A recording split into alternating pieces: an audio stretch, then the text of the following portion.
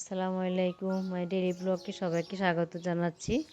আমি আরও একটা নতুন ভিডিও নিয়ে আপনাদের সামনে হাজির হয়েছি। আমার গাছের কিছু অংশ আপনাদের সাথে শেয়ার করব। এখানে সপেদা গাছ লাগিয়েছিলাম, কিন্তু সপেদা হয়েছে। দেখুন কচুর মাথা লাগিয়েছি। এখানে কচু থেকে দেখি কিছু হয় কি না।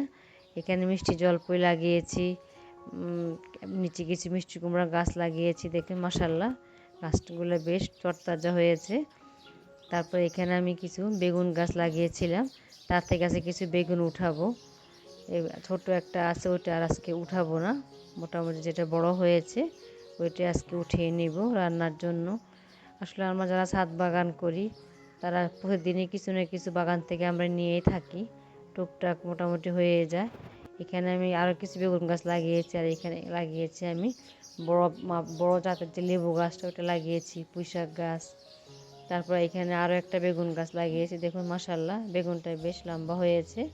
এটাও আজকে উঠিয়ে নিব রান্নার জন্য। দেখুন কতটা লম্বা হয়েছে, দেখতে কতটা ফ্রেশ, কতটা ভালো লাগছে দেখতে। এখানে আরও একটা আছে, ওটাও তুলে নিচ্ছি। আজকে মোটামুটি আমার সুন্দর মতো রান্না হয়ে যাবে বেগুনগুলো দিয়েই। নিজের হাতে লাগানো জিনিস, করলা হয়েছে আমার। দু একদিন পর পর আমি উঠিয়ে নিই, মোটামুটি করলাগুলো আমাদের হয়ে যায় সুন্দর মতো। এখানে লাউ গাছগুলো আগা বেয়েছে, এগুলো কেটে নিচ্ছি। এগুলো ছোটো মাছ দিয়ে রান্না করব।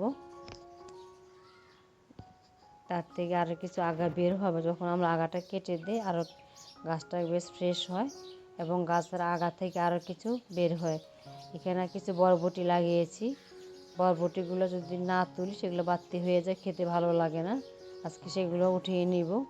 উঠিয়ে নিয়ে ফ্রিজে রেখে কয়েকদিন যখন একটু বেশি হয় তখন আমি রান্না করে নিই।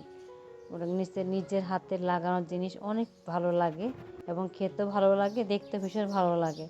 বাগানের কাজ করতে আমার ভীষণ ভালো লাগে। এখানে সিম গাছ লাগিয়েছি, সিমের ফুল হয়েছে। সিম যখন ধরবে আপনার সাথে অবশ্যই শেয়ার করব। প্রতিদিন আমি কিছু কিছু বাগান থেকে উঠিয়ে নিই, বরবটি যে কোনো সবজি উঠিয়ে নিয়ে ফ্রেশ রান্না করি। যারা আমার মতো বাগান ভালোবাসেন তারা অবশ্যই কমেন্টস করবেন আমার এখানে। আপনাদের ভিডিওটি কেমন লেগেছে, নিত্য নতুন ভিডিও পেতে আমাকে উৎসাহিত করবেন। আর এই পর্যন্ত সে ভালো থাকুন। আল্লাহ হাফেজ, আসসালামু আলাইকুম।